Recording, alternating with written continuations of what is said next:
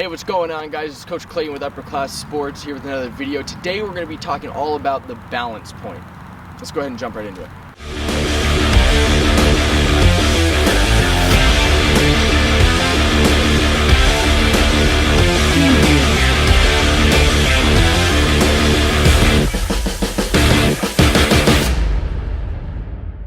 Alright, so the balance point is the very top of the leg lift. Right when you get to the top of the leg lift, this is what people like to call the balance point.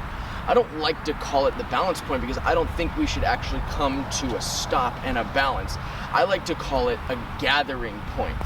So when I'm talking gathering point, I'm talking about gathering our body, our momentum, our strength, our stability, everything, gathering it at the very top part of the leg lift. Now, a balance point would look something like this. Being able to hold something like this, I can actually feel myself kind of shaking a little bit. My stability is not as strong as it should be, but at the height of the balance point, this is something that a lot of people struggle with, is this little bit of a shake because they're not totally strong, especially younger athletes. So this is why I don't like to pause at a balance point, because if we're shaking a little bit, now our momentum, whether you believe it or not, is carrying you all different directions, and we need all of our momentum to be going forward, and we are going to be fighting ourselves trying to get our momentum and our body weight and everything going forward. So I like to call it a gathering point.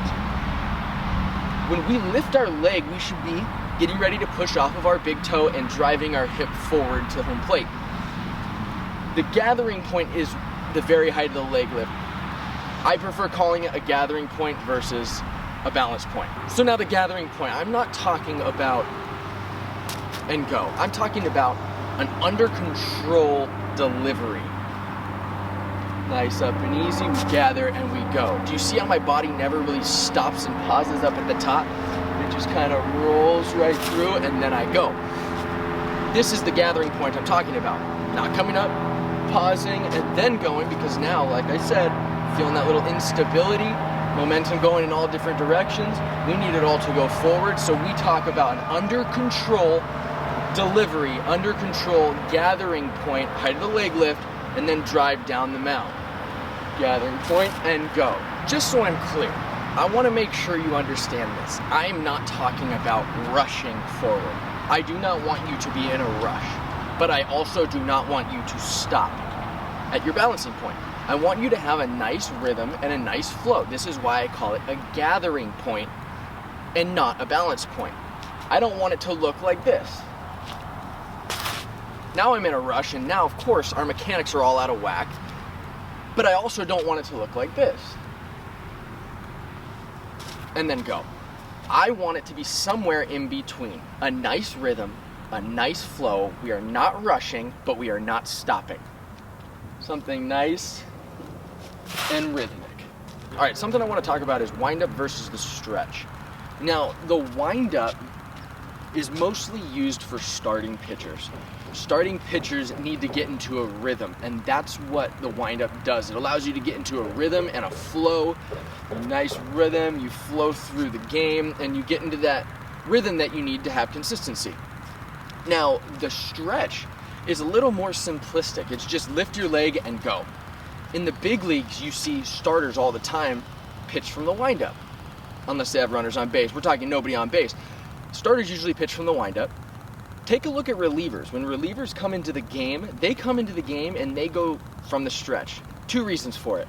Number one, they usually come in with runners on base. And even if there is no runners on base, number two, it's simpler. You just lift up your leg and you go. They're trying to get all their energy, all their momentum going forward and driving towards home plate. The stretch allows you to do that because there's not a lot of thinking, there's not a lot of rhythm and flow. It's just lift your leg and go. It's an attack mode mindset. And that's what the stretch is versus the windup. All right, and something I talk about all the time is strong core. We have to have stability through the core. That gathering point we're talking about, in order to have a nice smooth gathering point as we drive down the mound, we have to have the strong core to be able to stabilize our body and all the movements that we're trying to do just to deliver the baseball. Talk about it all the time. We have to get on our backs. We have to do core work. It is probably one of the most important muscles in the body that we need to work out. We need to work them all out, The core is something that we need to make sure we are taking care of every single day, making sure we have a strong core so that way we can find stability through the body. And for pitchers, this is just going to take your game to the next level. So what are some of the negatives of a balance point? I've got 3 of them. Number 1, you come to a stop. When we're trying to get that rhythm and that flow, which is number 2, it stops the rhythm. When we're trying to get that rhythm and that flow, why would we want to stop in the middle of our rhythm? Number 2, it stops the rhythm, and that's what allows us to get in that flow of the game, in that comfortable space that we need to be in to be able to dominate. And then number 3, it stops the momentum.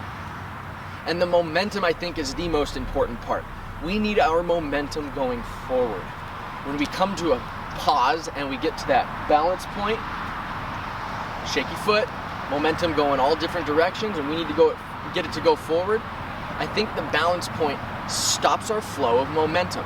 When we're in our windup and we're going, we got that nice rhythm and that flow, and we just roll right through, and we just continue to go and get all of our momentum going to home plate.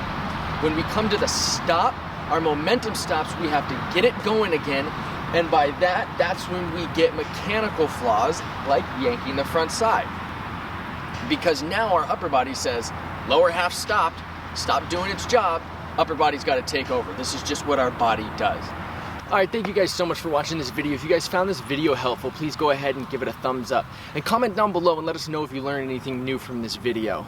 And also don't forget to subscribe and follow us on Instagram at UC Sports. Thanks guys, have a good one.